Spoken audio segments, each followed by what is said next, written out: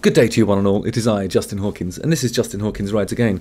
I'm broadcasting remotely once more from a place called St. Louis. It's in the Americas. It's really nice, lovely people, good little coffee shop down the way, and I'm here to sing at somebody's birthday party. It's just to let you know I'm available for birthday parties, weddings, bar mitzvahs, and all the rest of it. Today I'm talking about Extreme. I'm really excited because everything I've spoken of regarding Extreme, I've just been delighted with. Some of you have asked me to react to this one because there's something in the lyrics that one or two people are aware is somewhat of a bugbear for me, a lyrical bugbear, if you will. But I'll sing the theme tune a cappella on account of the fact that I didn't bring a guitar because I'm an idiot. Justin Hawkins rides again. Right, so anyway, I have covered Extreme a lot this year, particularly due to Nuno's guitar playing, which is outrageously good every single time. They've just released a new song, and a lot of you guys have asked me to react to it because of the lyrics, and you want to see me get upset with a band that I adore. We'll see what happens. Is this the Extreme song that will let me down? Please say it isn't so. The comments under the video state otherwise. Here we go. Arsenal says, is it just me or does the whole thing feel like the comeback of Aerosmith, like when Permanent Vacation and Pump dropped? This whole Extreme album has sounded astounding so far. I hope this rockets them to the top once more. They've earned it. I couldn't agree more on that, actually. Permanent Vacation and Pump was after, like, oh, how many years was it?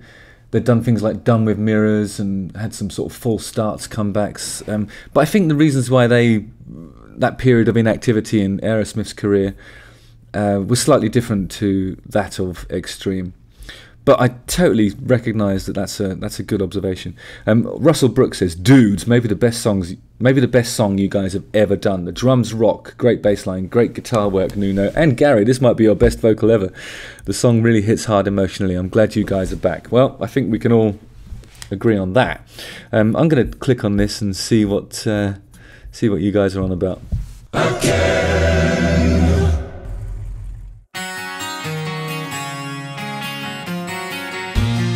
Wow, this looks really like the idyllic sort of 60s, almost psychedelic, standing in a grassy hillside. This is like it's like the swinging 60s, isn't it? Oh, I love this stuff.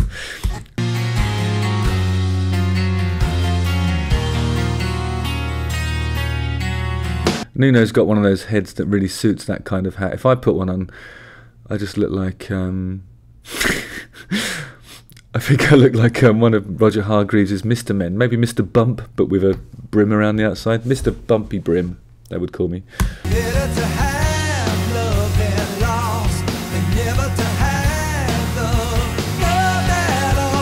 "'Tis better to have loved and lost than never to have loved at all." I think, wasn't it Old Blue Eyes that suggested that, or someone else? It's probably... That's a trope in itself, and I think it's a repurposed bit of poetry. Is it true, though? Better to have loved and lost than never to have loved at all. Tell that to my bank account. Oh, I'm just kidding.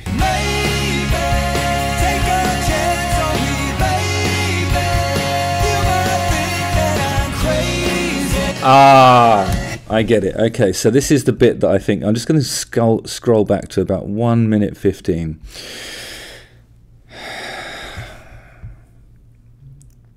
Okay, so my own feeling is that the words baby and crazy do not rhyme. They sound a bit similar. I think it might be something like an internal rhyme because it's got an A bit in the middle and an E bit on the end.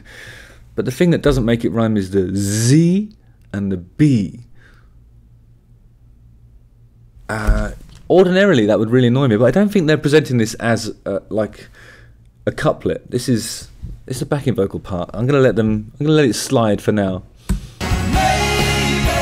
Maybe. Maybe, baby. Okay. Maybe, baby. That's okay. Crazy. It's okay as long as they finish up with something like hazy, lazy, or Nastasi, wasn't that like an old tennis player or something?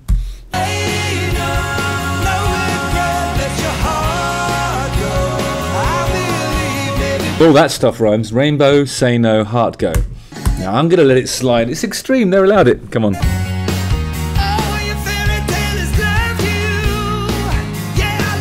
Go on, Pat. Pat Badger looks so heroic in this sort of I don't know how to describe this. What kind of... what are these clothes? It's all like neutral kind of earthy coloured suedes and I don't know, people of the land clothes, right? Nobody wore this kind of stuff where I grew up because it was all high-vis donkey jackets and, you know, hobnail boots or combat boots. I think we used to call them monkey boots with none of this stuff. Say no. Yeah, go on, Pat. Whenever time Pat Badger comes into shot, I'm just like, yes, go on, Pat. God, check out that bit of singing. God, that's so good. Wow. So that's what that earlier comment was referring to, with some brilliant singing from Gary Sharoni. My Sharoni. I bet no one's ever said that before. That's what I do, I'm just a pioneer. Ah, oh, that's lovely. I'm just going to scroll back a little bit too.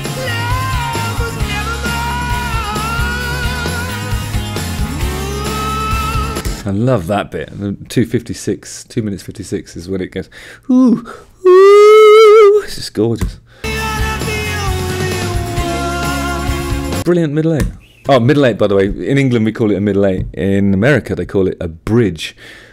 Sometimes a pre-chorus, which is the bit before the chorus, obviously. We call that a bridge in England. Oh, it's so confusing. I noticed a lot of differences in the sort of songwriting and arrangement vernacular when I worked in the Americas. People just say different stuff. I suppose it's normal. But it'd be nice if there was a universal language for these transatlantic cultural exchanges, which has been happening since the beginning of recorded music, really. But also in America, there's much more of a sort of culture of, you know, an open culture when it comes to collaborative projects like that. I think songwriters are just more inclined to work with each other. Everything's jealously guarded in the UK. Maybe that's why we have our own way of saying stuff, so nobody else understands it.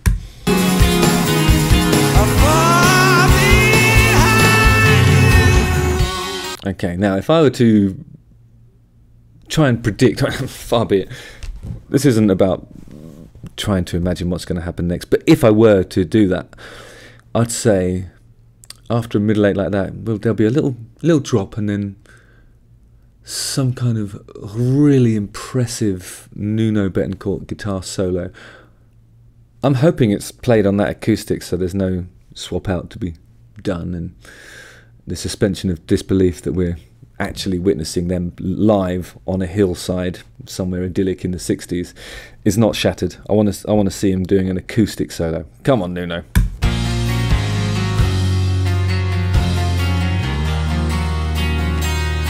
Failing that, great big spaceship beams Nuno, or like a super Nuno, down with an electric guitar. Let's see what happens. Oh, he's got his electric out, okay.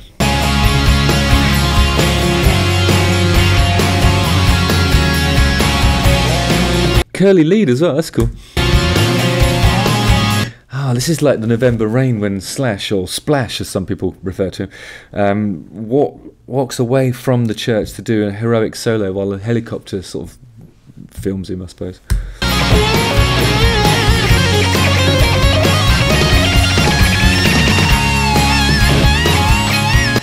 It's such a badass guitar sound. It's really funny, like in the context of this sort of light strummed, easygoing kind of 60s stuff. There's this, wow, you can really hear this sort of roar of the amp in between like every note that he plays. It's fucking outrageous.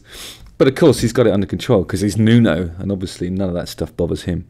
But it is really a lesser guitar player would struggle with a sound like that in this context, I think. And let's face it, we're all lesser guitar players than Nuno.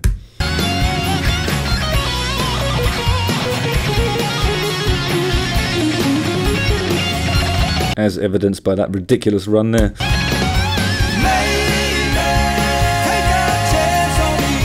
I wonder if the Nuno's electric guitar will now revert to the acoustic, or will he be doing some sort of licks in between the last bits? Who knows?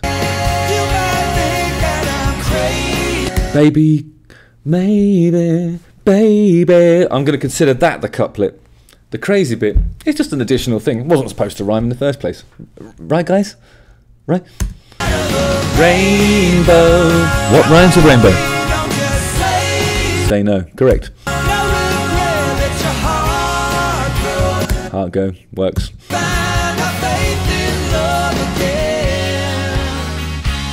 Yeah. False ending?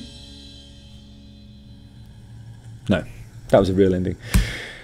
I shall not watch the rest of the vignette, for I may cry. Yeah, excellent stuff. I think in summary, I'm going to let them off with that one. Baby, no, maybe, baby. That was the rhyme. Crazy. Additional third line to set up the rainbow stuff. A narrow squeak, but I think reputationally and, you know, spiritually, Extreme remains intact. And I do hope you'll enjoy listening to that. Let me know what you think in the comments. Maybe, baby, that's all right. Yeah, you're allowed that, I think. Right. Just, yeah. Justin Hawkins rides again. Don't forget to like, subscribe, hit the bell for notifications, watch one of these 2 videos, and slag me off all you want. Nice one, guys. See you later. Cheers. Okay.